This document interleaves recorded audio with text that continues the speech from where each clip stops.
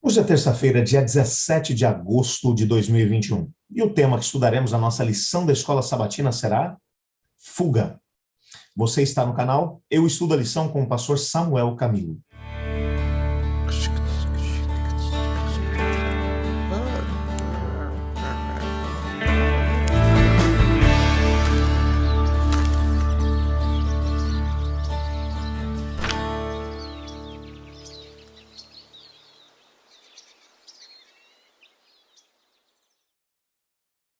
Com base em dados da Organização Mundial da Saúde, a doença mais comum no nosso mundo hoje, doença essa que afeta mais de 300 milhões de pessoas por ano, nem sempre apresenta sintomas bem claros e evidentes.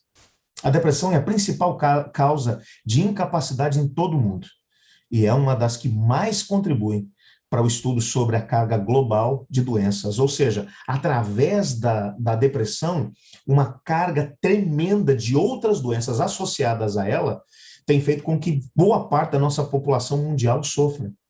Infelizmente, muitas vezes não se fala da depressão no cristianismo, por quê?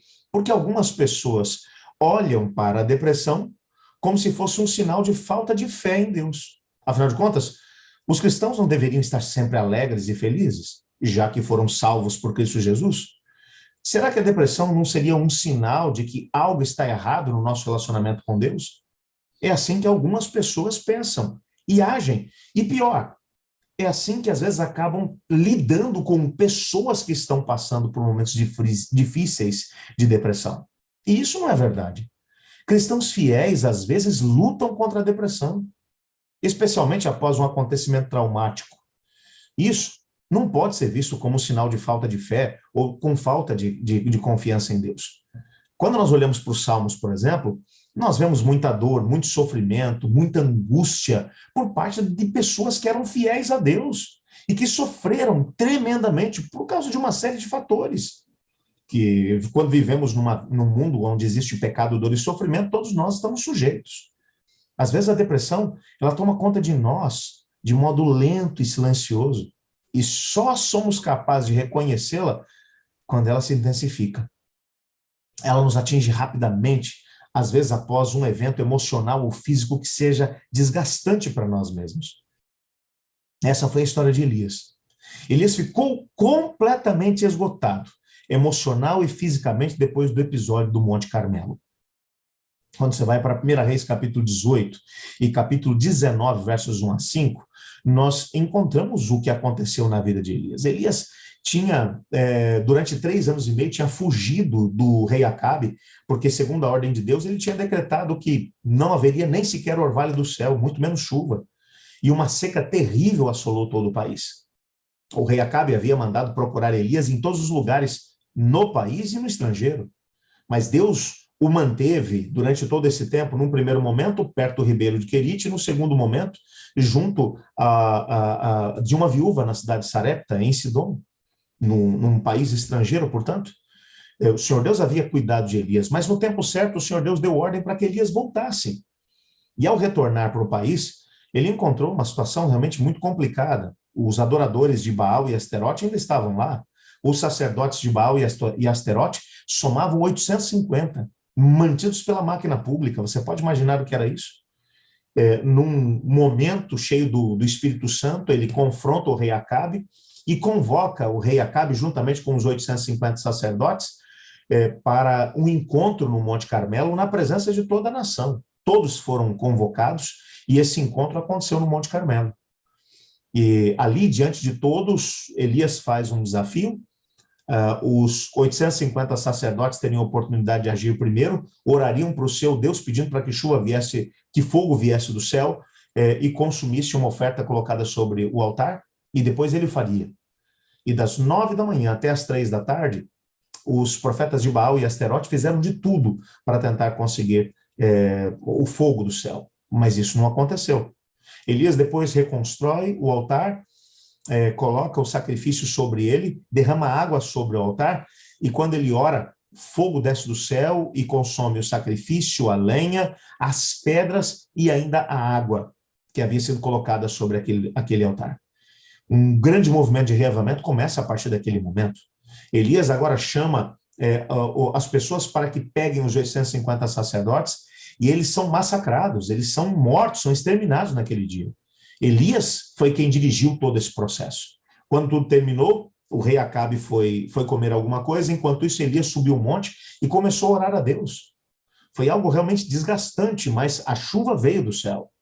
Quando a chuva chegou, Acabe não conseguia encontrar o caminho de volta para casa. Elias, depois de tudo isso, ainda vai correndo adiante da carruagem do rei Acabe para levá-lo até a cidade de Jezreel. Elias estava profundamente desgastado emocionalmente falando, e você pode imaginar como ele devia estar se sentindo naquele momento, e para piorar a situação, a rainha Jezabel mandou um recado para ele dizendo que antes que o dia amanhecesse, ela faria com ele o que ele tinha feito com os seus sacerdotes. Elias havia tido um dia realmente exaustivo. Você tem que chegar a essa conclusão. Essa experiência, juntamente com a ameaça de morte, serviram de gatilho para a depressão de Elias. Além disso, Elias esteve presente quando aqueles 850 sacerdotes de Baal foram massacrados. Ele mesmo, com suas próprias mãos, provavelmente deve ter matado alguns deles. Um evento como esse, mesmo que por uma causa justa, pode levar a um estresse pós-traumático que realmente é muito complicado de conseguir superar. Então Elias começou a correr. Ele tentou fugir. Ele correu, na verdade, 40 dias e 40 noites. Foi para o meio do deserto. E às vezes nós corremos também da mesma maneira como Elias. Mas às vezes uma pessoa que está passando por uma situação de depressão, ela vai correr para a geladeira e aí tenta ficar um pouco mais feliz através da comida. Tenta correr para tentar acabar com a exaustão emocional, dormindo e dormindo e dormindo e dormindo e dormindo, procurando um novo relacionamento, um emprego, um lugar novo, se mudando de um lado para o outro. E às vezes nos atolamos no trabalho, prazos, compromissos, e nos esforçamos para poder fugir de algo inominável, que a gente nem sabe o que é, mas que está drenando a nossa alegria e, ao mesmo tempo, o nosso descanso. Não são poucos os casos de pessoas que, no meio da depressão, tomam decisões equivocadas e acabam se afundando ainda mais na depressão, tentando sair dela. As pessoas tentam encontrar alguma solução para poder amenizar a dor. Porém, essas causas apenas mascaram os sintomas. Elas não resolvem o problema. E muitas vezes podem torná-lo ainda pior. Mas a primeira coisa que precisamos compreender é que nós não podemos julgar uma pessoa que esteja passando por uma situação de depressão, ou nós mesmos, e dizer que nós estamos com um problema espiritual porque estamos com depressão. Assim como você não vai dizer para uma pessoa que quebrou a perna que ela está com um problema espiritual porque quebrou a perna. Uma pessoa que está com um resfriado, agora ela está com um problema espiritual.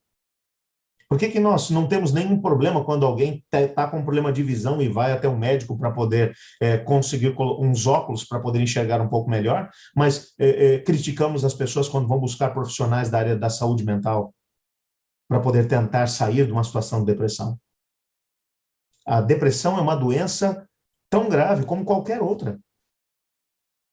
E ela precisa ser tratada. A primeira coisa que precisamos compreender é que nós não podemos dizer que uma doença é pior do que a outra. Doença é doença, independente dela atacar o nosso corpo ou a nossa mente. Às vezes, as doenças da mente são capazes ainda de trazer complicações físicas, psicossomáticas, como nós já mencionamos. Então, não podemos julgar as pessoas que estão passando por esse tipo de situação e dizer que a relação delas com Deus está deficiente por causa desse problema, dessa doença. Eu queria orar pedindo a Deus para que nos ajudasse a termos um pouco mais de empatia com pessoas que passam por esse tipo de situação.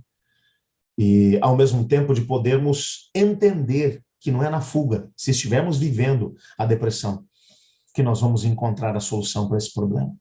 Mas, através da confrontação do problema e de buscar ajuda, é que nós vamos conseguir encontrar, muitas vezes, a cura e a restauração.